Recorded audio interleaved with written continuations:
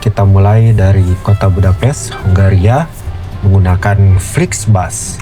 Flixbus merupakan perusahaan transportasi bus antar kota yang melayani perjalanan di Eropa dengan biaya rendah. Setelah perjalanan selama 6 jam 30 menit, kita sampai di terminal bus pusat Florence, terletak di tepi timur pusat kota Praha. Ini merupakan terminal bus internasional utama di Praha, Republik Ceko. Terminal ini merupakan terminal bus terbesar dan paling terkenal di negara tersebut. Sebelum memulai perjalanan, tentunya kita mesti membeli tiket transportasi lokal. Di sini disediakan tiket mesin berbahasa Inggris dan kita memilih tiket 24 jam. Setelah berhasil pembayaran, kita tunggu sampai tiketnya keluar. Karena kalau kita tidak membeli tiket ini, kita akan didenda. Inspeksinya selalu random dan turis adalah sasaran paling empuk. Di beberapa kota di Eropa, sistemnya sama seperti itu. Jangan lupa, setelah kita membeli tiket, pastikan bahwasanya kita melakukan validasi pada saat pertama kita akan menggunakan moda transportasi umum di kota tersebut.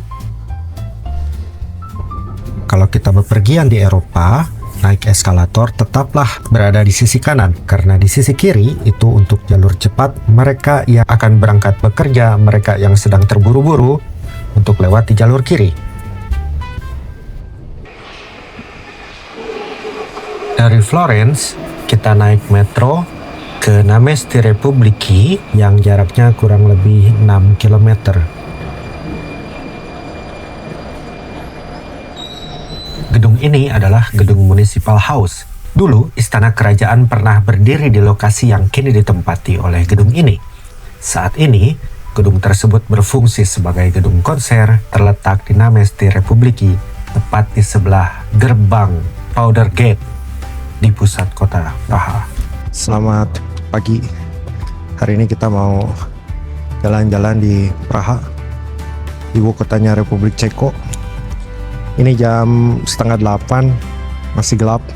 Ini mataharinya terbit jam 8:30 pagi. Kenapa gedung ini disebut Powder Gate? Karena dulunya berfungsi sebagai gudang bubuk mesiu.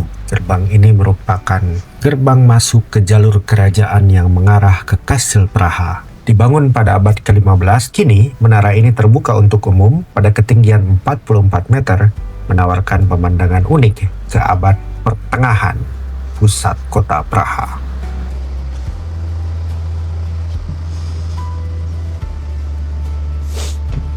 Setelah beberapa ratus meter berjalan, kita akan menemukan alun-alun kota tua Praha yang benar-benar tidak boleh terlewatkan, karena alun-alun bersejarah ini menampilkan bangunan-bangunan dengan berbagai gaya arsitektur, mulai dari gereja Saint Nicholas serta jam astronomik, landmark paling ikonik di kota Praha.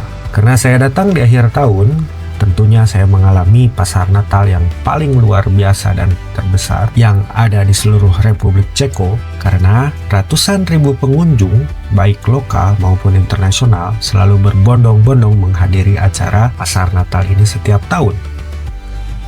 Kita bisa lihat pohon Natal yang megah dan dihias serta beberapa panggung musik didirikan menambah semarak suasana perayaan.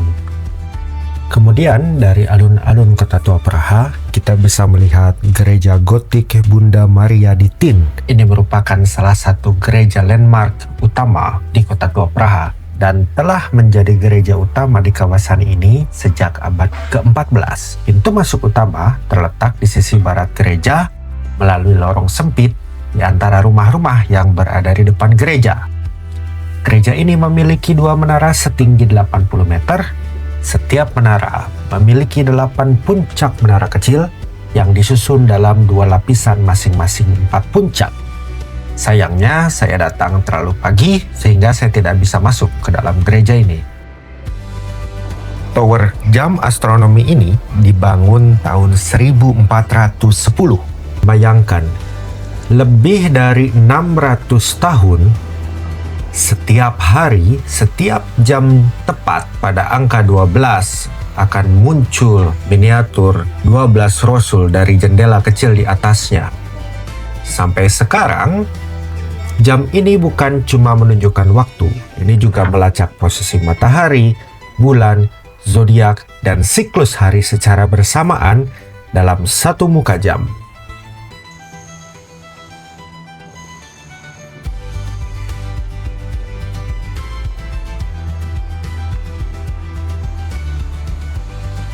Masih di alun-alun kota tua, terdapat juga gereja Saint Nicholas. Pada pemberontakan tahun 1945, gereja ini digunakan oleh partisan Czekia sebagai tempat persembunyian radio karena bangunan radionya dihancurkan oleh tentara Nazi. Dari sini saya mengarahkan kaki ke gang sempit bernama Karlova Street. Ini bagian dari Royal Route, yaitu jalur yang sama yang dulu dipakai raja-raja Bohemia dalam prosesi penobatan menuju Praha Castle. Namanya diambil dari Kaisar Charles keempat dan sudah dipakai orang selama berabad-abad. Dengan fasad-fasad megah yang berjajar di sepanjang jalan sempitnya, ketika saya berjalan di sepanjang Karlova ini, rasanya seperti masuk ke dalam kartu pos Eropa kuno. Kaya akan sejarah dan pesona, juga jalan ini menghubungkan antara alun-alun kota tua Praha dengan jembatan Charles yang terkenal. Setengah jalan, terdapat kompleks Clementinum. Ini merupakan bekas perguruan tinggi Jesuit terbesar di Eropa Tengah yang kini menjadi perpustakaan nasional.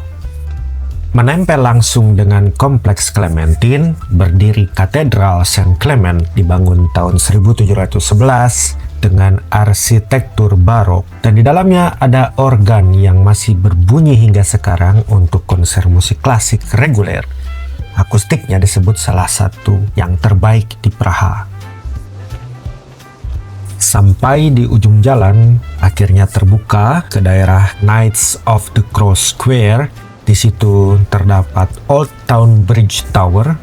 Ini merupakan gerbang bergaya gotik yang dibangun di abad ke-14 menjadi pintu masuk ke jembatan Charles Bridge. Dengan tinggi 47 meter, di pagi sedingin ini, kabut sungai Vltava naik dari bawah jembatan dan menara itu berdiri memotong langit yang baru mulai terang.